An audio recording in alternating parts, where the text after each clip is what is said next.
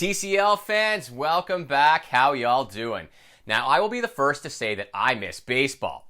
But what better time to talk prospects and baseball cards than in the winter when the market has cooled and folks are into soccer, hockey, football? You get the idea.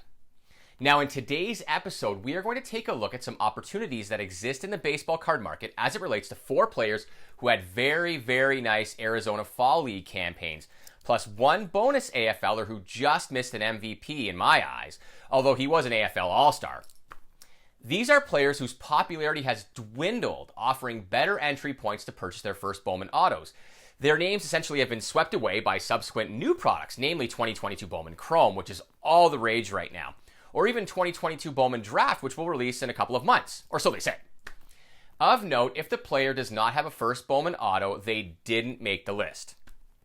But before we get to the good stuff and talking prospects, I have a favor to ask. If you enjoy the work and research we do here at CCL, be sure to like and share this episode, as well as subscribe, as we grow the channel and its underlying message.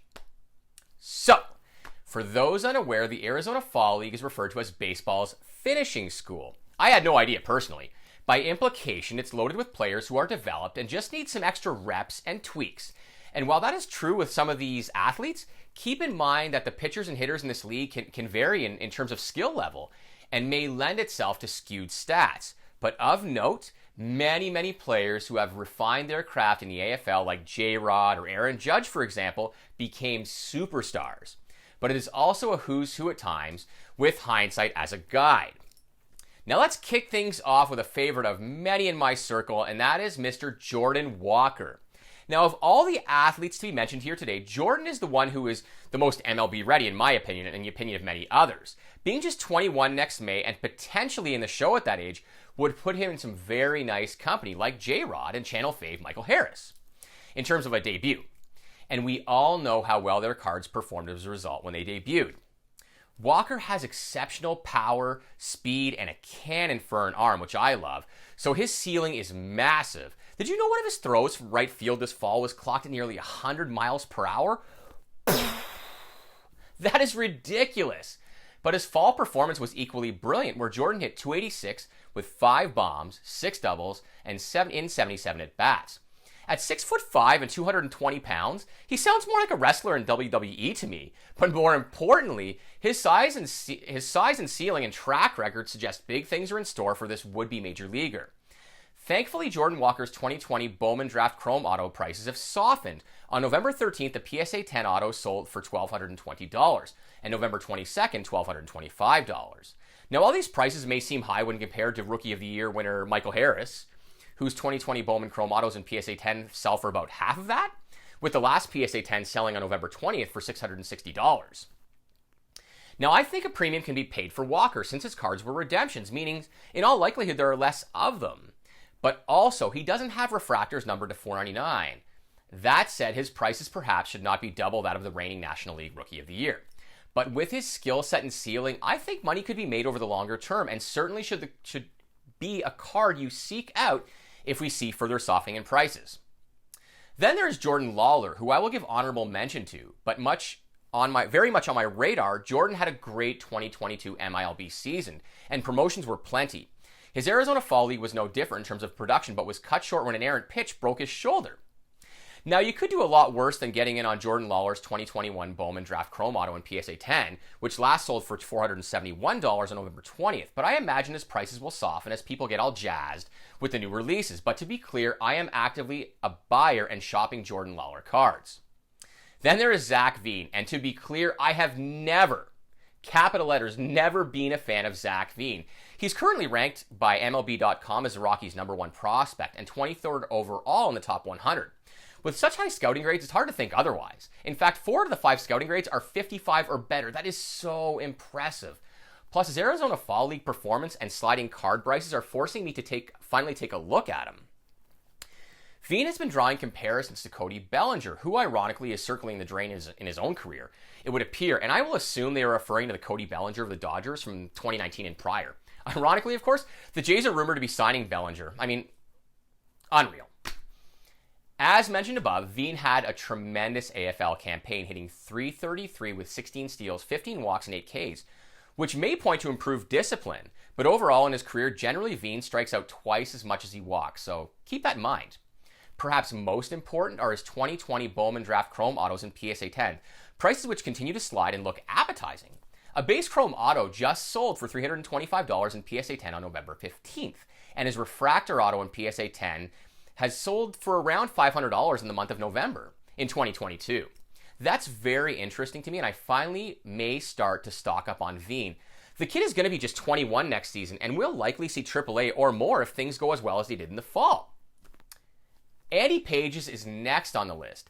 Andy is a very high upside guy who had an impressive AFL campaign, but a little more speculative to me, and his card prices reflect those sentiments.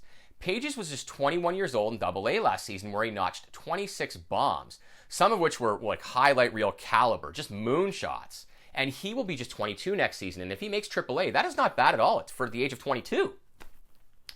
Pages is a dangerous hitter with well above average, raw power. And he appeared locked in the Arizona Fall League, and he can lack focus at times, which is a knock on him, I learned. His numbers on his scouting reports are very good, sporting a great arm with a 65, and a grade of 60 shows a big-time power ceiling. In the AFL, Pages hit 296 with 9 walks and 12 Ks, much better than the norm for this kid. He added 5 bombs and 14 driven in. Good work, kid. His card prices are low and again lend themselves to the speculative side of prospecting. His 2020 Bowman Chrome Refractor auto in PSA 10 just sold for $181 at auction.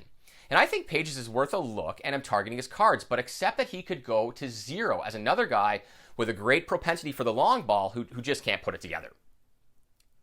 Then we get to Nick York.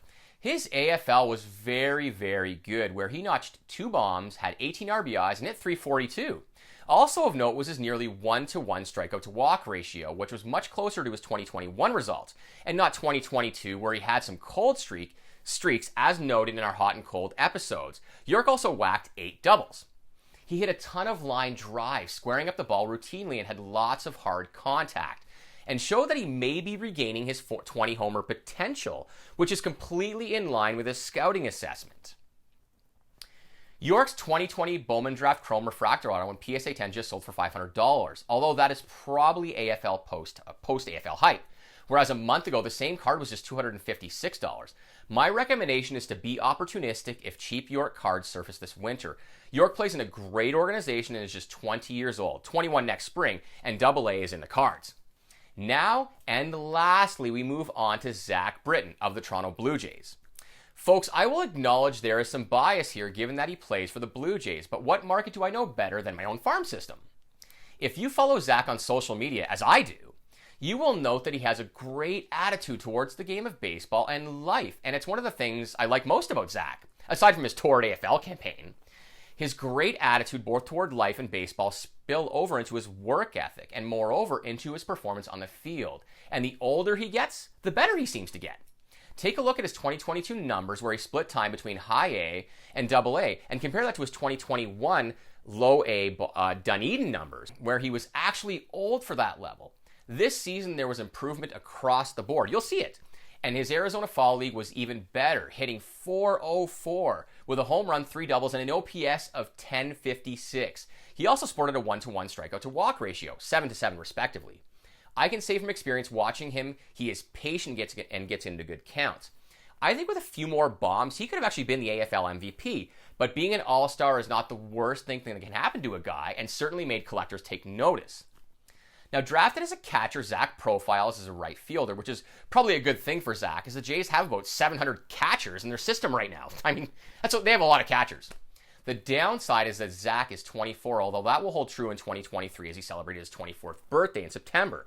So you may never see the big money in his cards, I imagine. But with 2020 Bowman Draft Chrome Refractor Auto selling for as little as $15 raw, pre-AFL, and $24 post, base were routinely around $10 and now $15 to $20. I think he's worth a roll of the dice.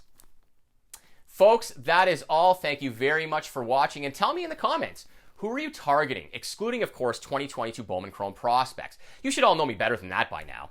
Are you a Lawler guy? Maybe it's Veen. And remember, anything said on this channel is strictly my opinion and should be taken as such. Have an amazing week. Appreciate y'all.